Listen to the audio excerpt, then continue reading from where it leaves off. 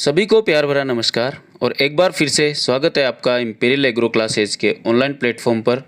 कल हमने चावल के बारे में बेसिक पढ़ा था और आज की क्लास में हम लोग चावल के बारे में जो शेष लेक्चर बचा हुआ था उसको कवर करेंगे। शुरू करने से पहले वीडियो को ज़्यादा से ज़्यादा लाइक और शेयर कर लें और चैनल को सब्सक्राइब करना बिल्कुल ना भूलें, ठीक है। और एक बात अपने लेक्चरर्स के सुझाव है कि वीडियो पर ज़्यादा से ज़्यादा कमेंट करें ताकि हमें भी पढ़ाने में अच्छा लगे। यही कारण था कि इतने दिनों से वीडियो नहीं आ पाई, तो सभी से निवेदन है कि अपनी तरफ से वीडियो पर ज़्यादा से ज़्यादा कमेंट करें और लाइक करना बिल्कुल ना भूलें। और एक बात, आपको अगला लेक्चर किस टॉपिक पर चाहिए आप हमें कमेंट सेक्शन में बता सकते हैं। हम उस कमेंट को देख के उनके बेस पे आपके लिए एक नई अपडेटेड वीडियो तैयार कर देंगे। So let's begin. Question number first, धान उत्पादन के लिए मृदा का पीएच मान होता है।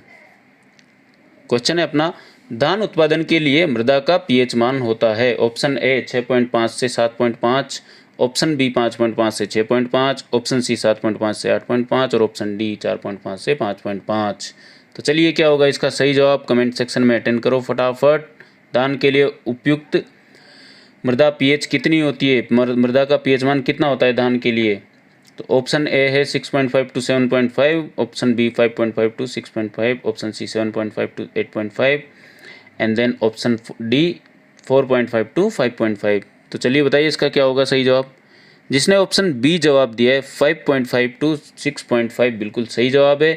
धान की खेती के लिए उपयुक्त मृदा का पीएच मान होता है 5.5 से 6.5 और नॉर्मली लगभग सभी क्रॉप्स के लिए मृदा का जो पीएच मान होगा, उपयुक्त पीएच मान, वो 6.5 से 7.5 होगा। कुछ ही फसलें ऐसी होती है जिनके लिए मृदा का पीएच मान कम या ज़्यादा होता है, 6.5 7.5 से या तो कम होगा या इनसे ज़्यादा होगा। बाकी सब के लिए लगभग 6.5 से 7.5 रहेगा।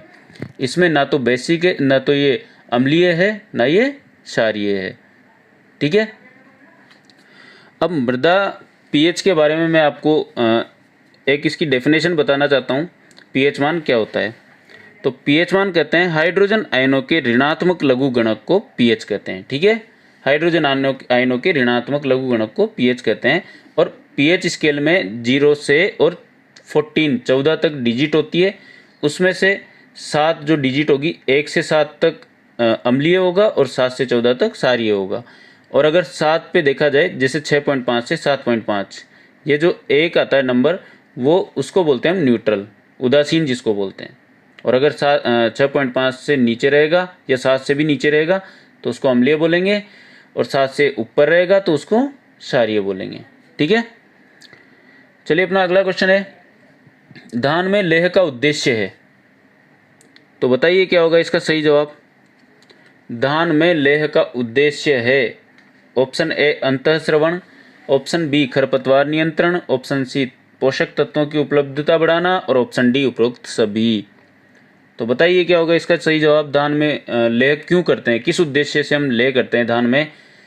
तो जिसने ऑप्शन डी जवाब दिया है बिल्कुल सही जवाब है। धान में लेह का उद्देश्य ये तीनों है।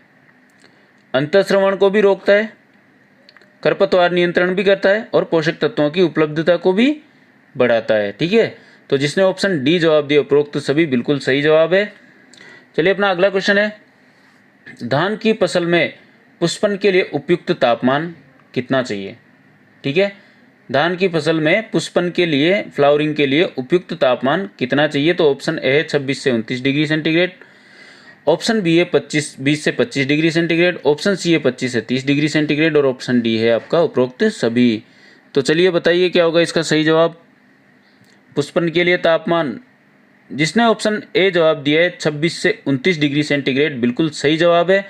धान की फसल में पुष्पन के लिए उपयुक्त तापमान 26 से 29 डिग्री सेंटीग्रेड चाहिए होता है, ठीक है। अगला क्वेश्चन है, धान की फसल में पकने के लिए उपयुक्त तापमान, पहले क्या था? पहले फ्लावरिंग के लिए चाहिए था, ठीक है, पुष्पन के लिए चाहिए था। अब पकने के लिए, ठीक है, राइपनिंग के लिए कितना तापमान उपयुक्त है? तो ऑप्शन ए 26 से 29 डिग्री सेंटीग्रेड, ऑप्शन बी 20 से 25 डिग्री सेंटीग्रेड, ऑप्शन सी 25 से 30 डिग्री सेंटीग्रेड और ऑप्शन डी उपरोक्त सभी। तो बताइए क्या होगा इसका सही जवाब। देखिए मैं क्या करता हूँ, जो क्वेश्चन कन्फ्यूजिंग होता है, जिसमें 2 क्वेश्चन है उनमें कन्फ्यूजन क्रिएट होता है, जैसे इसमें पुष्पन का दे दिया और इसमें केवल पकने का दे दिया, बस इतना सा अंतर है, बाकी दोनों क्वेश्चन सेम है।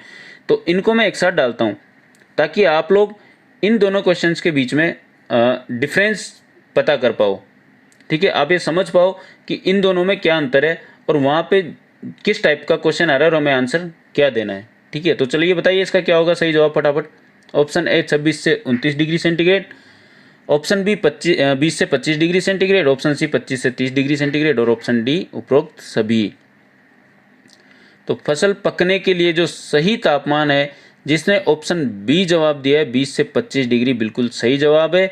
26 से 29 डिग्री आपका पुष्पन के लिए चाहिए और 20 से 25 डिग्री आपका फसल को पकने के लिए चाहिए।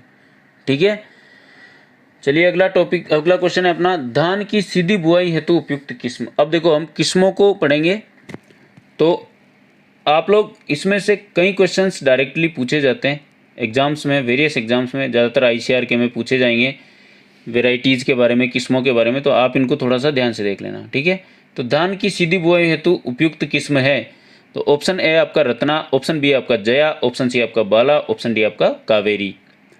चलिए बताइए इसका क्या होगा सही जवाब, कमेंट सेक्शन में अटेंड करो फटाफट। धान की सीधी बुआई हेतु उपयुक्त किस्म है रत्ना, जया, बाला, कावेरी। जिसने ऑप्शन सी जवाब दिया है बाला, बिल्कुल सही जवाब है। धान की सीधी बुआई हेतु उपयुक्त किस्म है बाला। ठीक है, अगला क्वेश्चन है आपका, धान की कौन सी किस्म उत्परिवर्तन द्वारा विकसित की गई है। ऑप्शन ए है आपका जया, ऑप्शन बी आपका रतन, ऑप्शन सी आपका जगन्नाथ, ऑप्शन डी आपका बाला। उत्परिवर्तन द्वारा कौन सी किस्म विकसित की गई है धान की, बताइए। Option A Jaya, option B Ratan, option C Jagannath, option D Bala. क्या होगा इसका सही जवाब। जिसने ऑप्शन सी जवाब दिया जगन्नाथ, बिल्कुल सही जवाब है। उत्परिवर्तन द्वारा विकसित की गई धान की जगन्नाथ किस्म है। ठीक है, अगला क्वेश्चन है अपना, धान की लवणीय क्षेत्रों में उगाने हेतु किस्म है। ठीक है, वह कौन सी किस्म है धान की जो लवणीय क्षेत्रों में उगाई जाती है।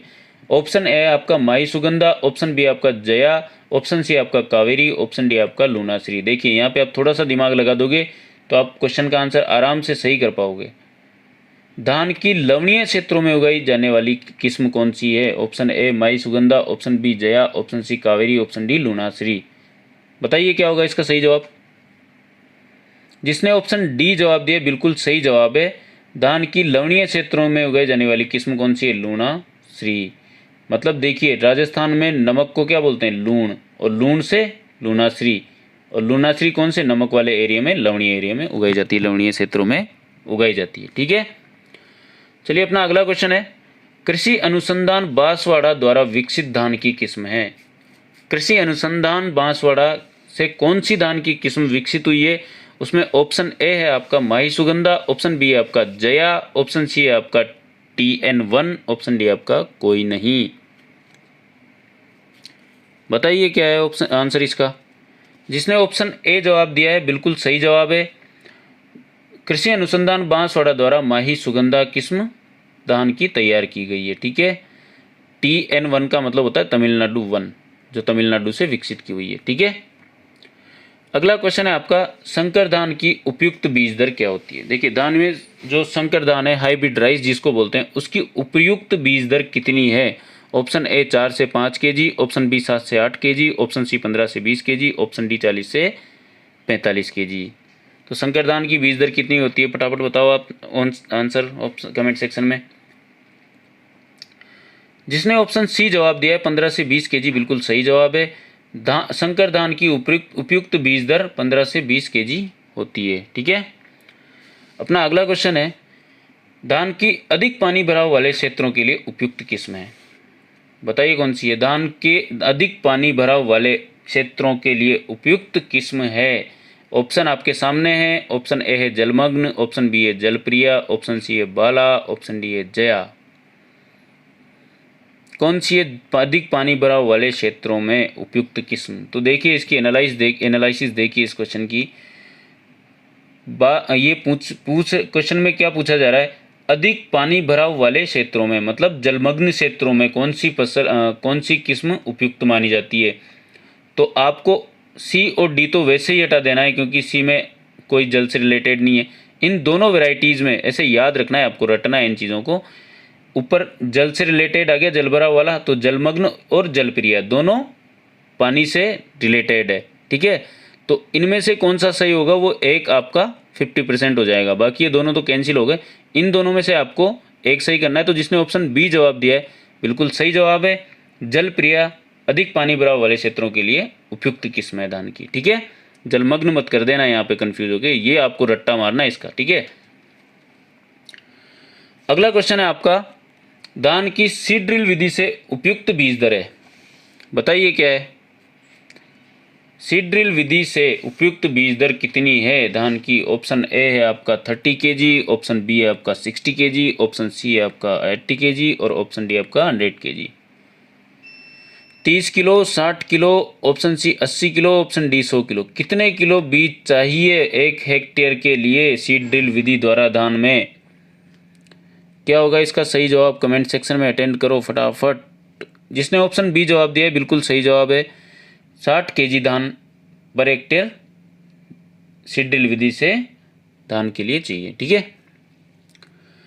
अगला क्वेश्चन आता है आपका, धान की डेपोग विधि कहाँ से विकसित हुई है, बताइए क्या होगा इसका सही जवाब। ऑप्शन बिल्कुल आपके सामने है।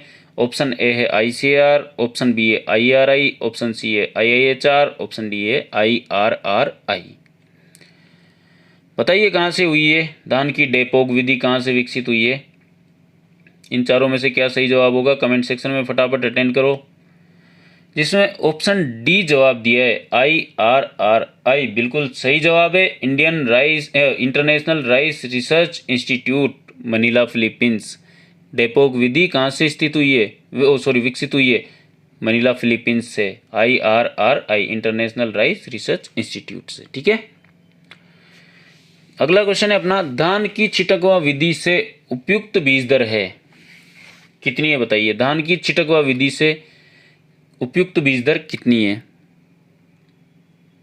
ऑप्शन ए है आपका 30 kg, ऑप्शन बी आपका 50 kg, ऑप्शन सी आपका 80 kg और ऑप्शन डी आपका 100 kg। बताइए क्या होगा इसका सही जवाब छिटकवा विधि से। जिसने ऑप्शन डी जवाब दिया है 100 kg बिल्कुल सही जवाब है। धान की छिटकवा विधि से उपयुक्त बीज दर 100 kg है। अब देखिए संकर धान की कितनी थी, 15 से 20 kg, ठीक है। सीड ड्रिल से बीज दर कितनी थी, 60 kg और छिटकवा विधि से कितनी है, 100 kg, ठीक है। चलिए अगला क्वेश्चन है, धान की TN1 किस्म कहाँ से विकसित है, बताइए। TN1 किस्म कहाँ से विकसित है। Option A ICAR, option B IARI, option C IRRI, option D IIHR। क्या होगा इसका सही जवाब, कमेंट सेक्शन में अटेंड करो। धान की TN1 किस्म कहाँ से विकसित है। Option A ICAR Indian Council of Agriculture Research, option B IARI Indian Agriculture Research Institute, option C IRRI International Rice Research Institute और ऑप्शन डी आपका IIHR Indian Institute of Horticulture research.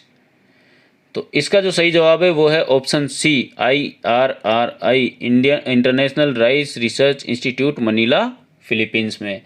धान की TN1 किस्म कहाँ से विकसित है, IRRI से, ठीक है।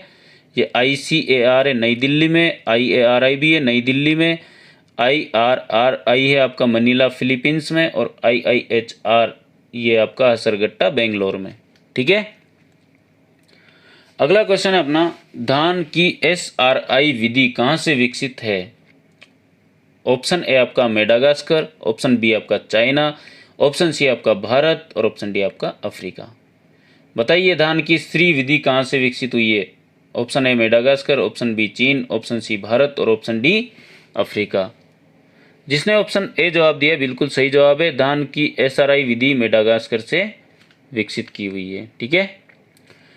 अगला क्वेश्चन है, धान की राजस्थान हेतु उपयुक्त किस्म है, बताइए क्या होगा इसका सही जवाब। धान की राजस्थान हेतु उपयुक्त किस्म,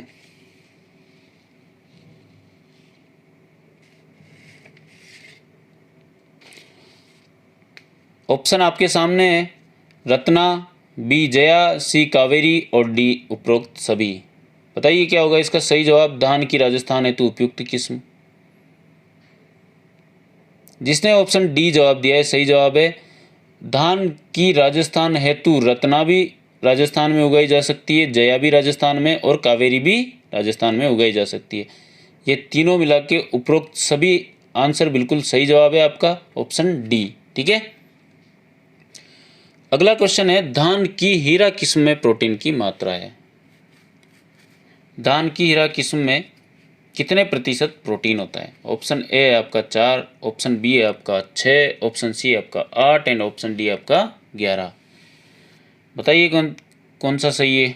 ऑप्शन आपके सामने है बिल्कुल 4, 6, 8, 11। जिसने ऑप्शन डी जवाब दिया है 11% बिल्कुल सही जवाब है। धान की हीरा किस्म में 11% प्रोटीन की मात्रा होती है। ठीक है, अब अगला क्वेश्चन है आपका धान की श्री विधि 1 हेक्टेयर के लिए कितने क्षेत्रफल की आवश्यकता होती है। ये क्वेश्चन पूछ रहा है धान की नर्सरी लगाने के लिए श्री विधि से नर्सरी लगाने के लिए 1 हेक्टेयर के लिए कितने क्षेत्रफल की आवश्यकता होती है। बताइए श्री विधि से कितने मीटर स्क्वायर की आप लोग वो लगाओगे, नर्सरी तैयार करोगे 1 हेक्टेयर के लिए श्री विधि से। ऑप्शन ए है आपका 250 वर्ग मीटर स्क्वायर, ऑप्शन बी है आपका 30 वर्ग मीटर स्क्वायर, ऑप्शन सी आपका 80 वर्ग मीटर स्क्वायर, ऑप्शन डी आपका 110 वर्ग मीटर स्क्वायर। ठीक है,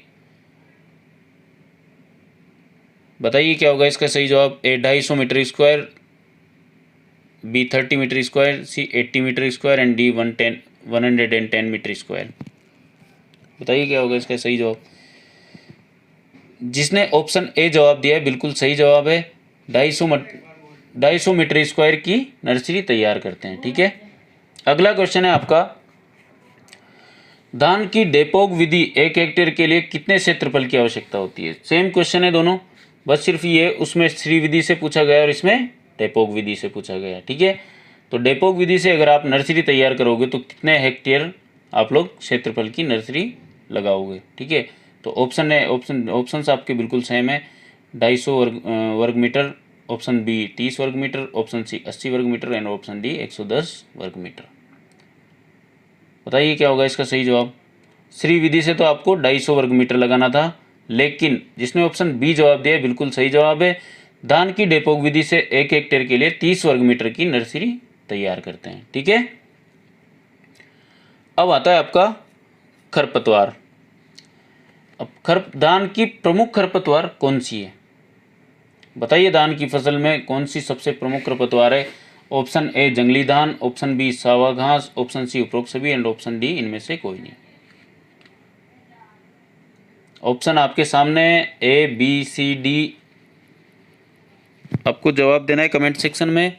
धान की प्रमुख खरपतवार, जिसने ऑप्शन सी जवाब दिया बिल्कुल सही जवाब है धान में जंगली धान और सावा घास दोनों प्रमुख खरपतवार मानी जाती है। ठीक है, अब इनके क्या आप वैज्ञानिक नाम देख लीजिए, बॉटनिकल नेम या वानस्पतिक नाम इनके क्या क्या हैं। जंगली धान का वानस्पतिक नाम है इकाइनोकोला कोलेनम और सावा घास का वानस्पतिक नाम है इकाइनोकोला क्रुसगेली।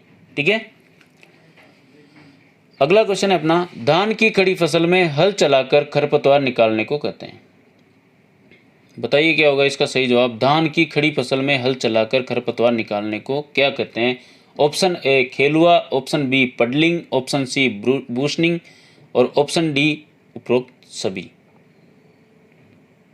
बताइए क्या होगा इसका सही जवाब। ऑप्शन ए खेलुआ, option B puddling, option C बूशनिंग, ऑप्शन डी उपरोक्त सभी।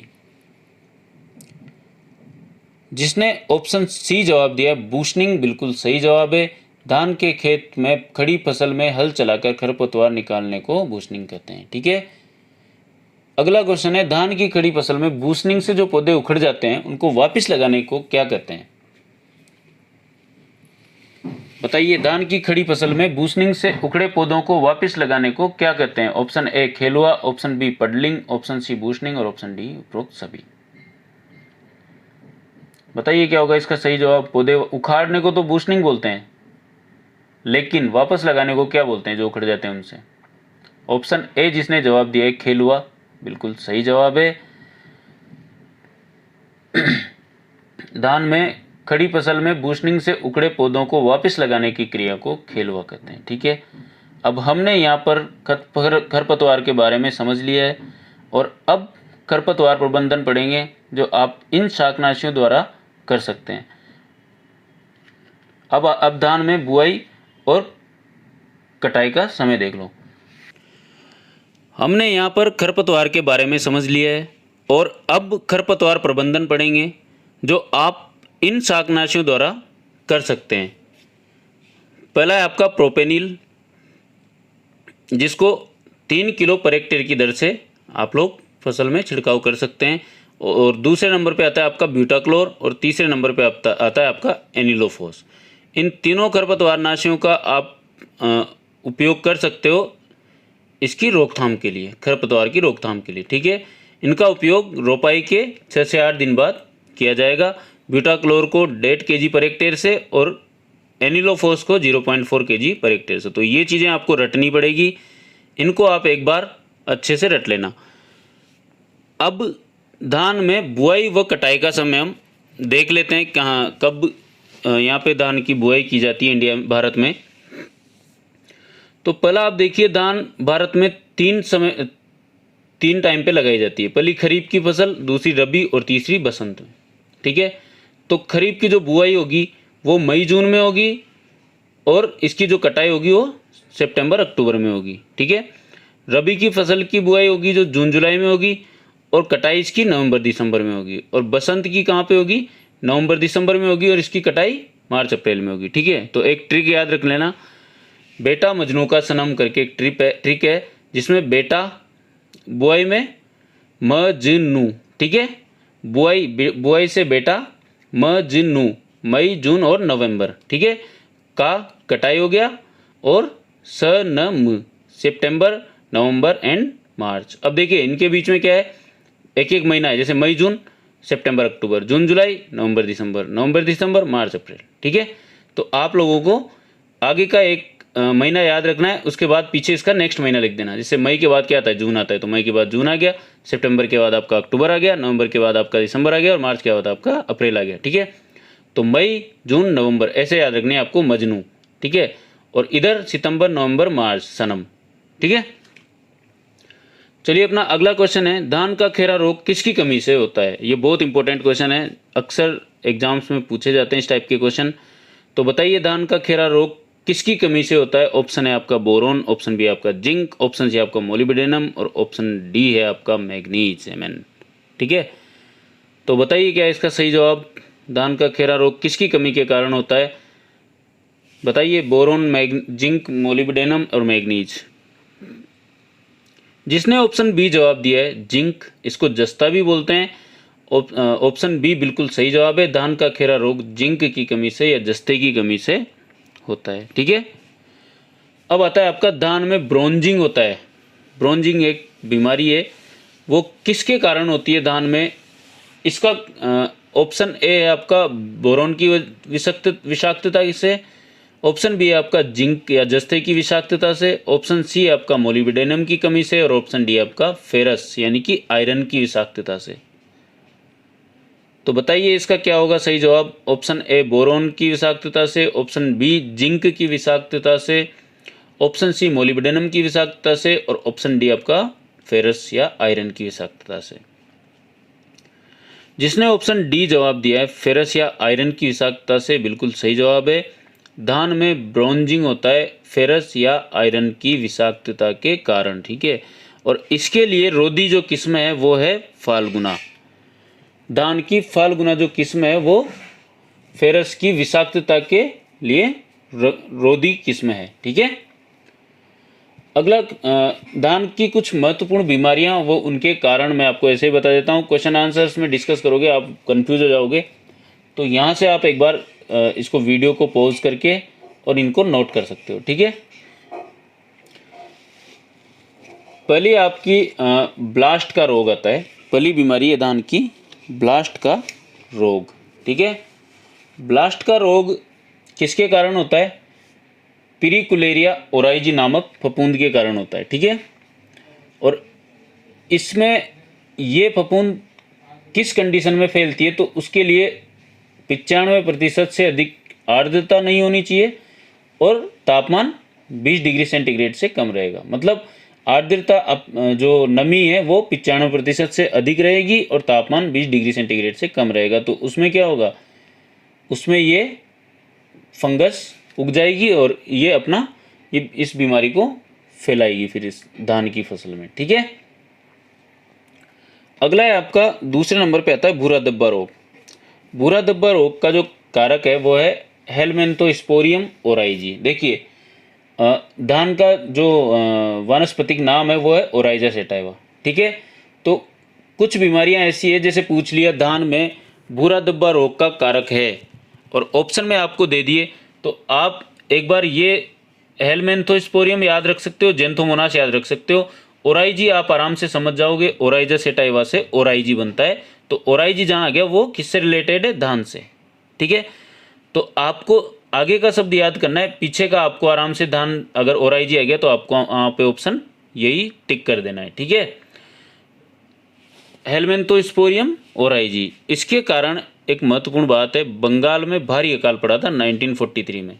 ठीक है, अगला अपनी बीमारी है जीवाणु अंगमारी। अब देखिए ऊपर वाली जो दो बीमारियां थी, भूरा धब्बा और ये ब्लास्ट, ये दोनों किसके कारण हो रही थी, फफूंद के कारण हो रही थी। लेकिन तीसरे नंबर पे आती है आपकी जीवाणु अंगमारी। ये किसके कारण हो रही है, ये जीवाणु के कारण हो रही है। ठीक है, और उस जीवाणु का नाम है जेंथोमोनास ओराइजी। देखो यहाँ पे भी ओराइजी आ गया, इसका मतलब ये चावल का जीवाणु है। ठीक है, इसकी रोकथाम के लिए 0.01% स्ट्रेप्टोसाइक्लिन और 0.3% कॉपर ऑक्सीक्लोराइड का छिड़काव करते हैं। ठीक है, अब देखिए ये स्ट्रेप्टोसाइक्लिन और कॉपर ऑक्सीक्लोराइड क्या है, ये हर्बिसाइड नहीं है, ये इंसेक्टिसाइड है। ठीक है, जीवाणु की रोकथाम के लिए यूज किया जाता है। ठीक है, अगला आता है आपका कीट एवं व्याधियाँ। ठीक है, अब व्याधियाँ हमने पढ़ ली, तो अब हम क्या करेंगे, इसके कीट पढ़ेंगे। ठीक है, कीट में आपका धान का तना छेदक पहला कीट है, जिसको डेड हर्ट भी बोलते हैं। मतलब धान का तना छेदक क्वेश्चन पूछा जा सकता है वहाँ पे आपसे क्वेश्चन एग्जाम्स में कि धान के तना छेदक का दूसरा नाम क्या है, तो इसको डेड हर्ट भी बोलते हैं। इसके नियंत्रण के लिए फोरेट पाउडर का हम बुरकाव करते हैं 10 किलो पर हेक्टेयर से। ठीक है, अगला क्वेश्चन है आपका धान की गंदी बग। धान की गंदी बग क्यों नाम पड़ा, क्योंकि इसकी जो बग होती है उसमें ये तने पे इफेक्ट करती है और इसकी बग, उसमें से जो इफेक्टेड भाग होगा तने का, उसमें से गंदी स्मेल आती है, इसलिए इसको गंदी बग बोला गया है। इसका जो नाम होगा, जंतु वैज्ञानिक नाम, वो होगा लेप्टोकोर्सिया एक्यूटा।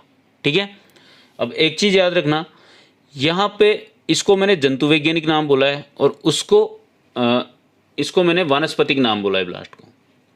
क्यों, क्योंकि पौधों का अगर आप वैज्ञानिक नाम बोलोगे तो उसको वानस्पतिक नाम बोलोगे, और जंतुओं का अगर वैज्ञानिक नाम बोलोगे तो उसको जंतु वैज्ञानिक नाम बोलोगे। ठीक है, अगला आता है आपका क्वेश्चन है, धान की कटाई के समय दानों में कितने प्रतिशत नमी रखते हैं। बताइए क्या होगा इसका सही जवाब। ऑप्शन ए है 15%, ऑप्शन बी आपका 20%, ऑप्शन सी आपका 25% और ऑप्शन डी आपका 30%। धान की कटाई के समय दानों में कितने प्रतिशत नमी रखते हैं, बताइए क्या होगा इसका सही जवाब। जिसने ऑप्शन बी जवाब दिया है 20%, बिल्कुल सही जवाब है। धान की कटाई के समय दानों में 20% नमी रखते हैं। ठीक है, अगला क्वेश्चन है आपका, धान के भंडारण के लिए दानों में कितने प्रतिशत नमी रखते हैं। अब देखो वहाँ पे क्या आया था, तापमान जहाँ पे हम भंडारित करते हैं वहाँ पे तापमान कितना, 20 डिग्री सेल्सियस से कम नहीं होना चाहिए और आर्द्रता 95% से ज़्यादा नहीं होनी चाहिए। ठीक है, यहाँ पे ये आपका क्वेश्चन है, ये वाला आर्द्रता 95% से अधिक नहीं होनी चाहिए और तापमान 20 डिग्री सेंटीग्रेड से कम नहीं होना चाहिए। अगर ऐसा हुआ तो ये ब्लास्ट रोग आपका धान में लग जाएगा। ठीक है, तो ऐसे ही नमी की वजह से फफूंद का ज़्यादा खतरा रहता है, फफूंद वाली बीमारियां होने का। ठीक है, तो भंडारण के लिए अगर इनमें नमी ज़्यादा रखेंगे तो इनमें भी फफूंद से जनित बीमारियां हो जाएगी। तो इसका क्या होगा, आप सही जवाब बताइए। इसका धान के भंडारण के लिए दानों में कितने प्रतिशत नमी रखते हैं? ऑप्शन ए 12 से 15%, ऑप्शन बी 15 से 20%, ऑप्शन सी 20 से 25% और ऑप्शन डी 25 से 30%। तो बताइए क्या होगा इसका सही जवाब। जिसने ऑप्शन ए जवाब दिया 12 से 15%, बिल्कुल सही जवाब है। धान के भंडारण के लिए दानों की 12 से 15% नमी रखते हैं। अगर इससे ज़्यादा नमी रहेगी तो या तो धान में फफूंद लग जाएगी या फिर धान के छिलका खराब हो जाएगा और वो खत्म हो जाएगा, उसका बीज खत्म हो जाएगा। ठीक है। अब सभी अनाज वाली फसलों में लगभग 10 से 12% ही रखते हैं। जितनी भी अनाज वाली फसलें हैं जैसे गेहूँ, धान, उनमें कितनी रखते हैं भंडारण में? 10 से 12% नमी रखते हैं। और दाल वाली फसलों में 8 से 10% रखते हैं और तिलहन वाली फसलों में 6 से 8% नमी रखते हैं। अगला क्वेश्चन है, धान में हलिंग प्रतिशत होती है, बताइए कितने प्रतिशत हलिंग होती है धान में? ऑप्शन ए आपका 60%, ऑप्शन बी आपका 66%, ऑप्शन सी आपका 70%, ऑप्शन डी आपका 76%। बताइए हलिंग प्रतिशत कितना होता है धान में? 60, 66, 70, 76। जिसने ऑप्शन बी जवाब दिया है 66 यानी कि 66% बिल्कुल सही जवाब है। धान में 66% हलिंग होता है। ठीक है। अब हलिंग क्या होता है? जो कि धान का 2:1 होता है। ठीक है। 2:1 का मतलब 2 भाग दाना और 1 भाग छिलका, इसको वो 66% होता है, जो लगभग 2:1 होता है। अब आप लोगों से एक प्रश्न है, कल मैंने पूछा था आपसे कि धान में माइलिंग प्रतिशत कितना होता है, तो आप लोग कमेंट सेक्शन में फटाफट जवाब दो, कितना बताया था कल वाली लेक्चर में माइलिंग प्रतिशत धान का। उस क्वेश्चन को अटेंड करो फटाफट, धान में माइलिंग प्रतिशत कितना होता है। ठीक है। फिर मैं लास्ट में आपको उसका आंसर बताऊंगा। धान में परबॉइलिंग क्या होता है? एक प्रक्रिया है जो धान में फॉलो की जाती है। धान में परबॉइलिंग कहते हैं उसको। ये मिस प्रिंट हो गया, यहाँ पे परबॉइलिंग होता है। पानी में भिगोकर गर्म भाप में सुखाने को परबॉइलिंग बोलते हैं। ठीक है। चावल के दानों को पानी में भिगोकर गर्म भाप में सुखाया जाता है, इसे पारबॉइलिंग कहते हैं। और ये विटामिन B12, विटामिन B12 के संरक्षण के लिए किया जाता है। ठीक है। मैंने आपसे पहले क्वेश्चन पूछा था धान में माइलिंग प्रतिशत कितना होता है, तो उसका आंसर है 55%। ठीक है। तो आप यह ध्यान रखा करो। जिसने सही जवाब दिया है बहुत अच्छी बात है। आप लोग भी दोबारा प्रीवियस वीडियोस को देख लिया करो एक बार लेक्चर शुरू करने से पहले, क्योंकि क्या होता है कि कल धान से ही रिलेटेड लेक्चर था, तो धान के बारे में एक बार कल का आप दोबारा देख लें और फिर आज कंटिन्यू दूसरा करें, ताकि आपको अच्छे से रिवाइज हो जाएगा। ठीक है। तो आज के लिए इतना ही। कल हम लोग वीट से रिलेटेड क्वेश्चन आंसर्स करेंगे। So thanks for listening. जुड़े रहिए इंपीरियल एग्रो क्लासेज के साथ। Good luck.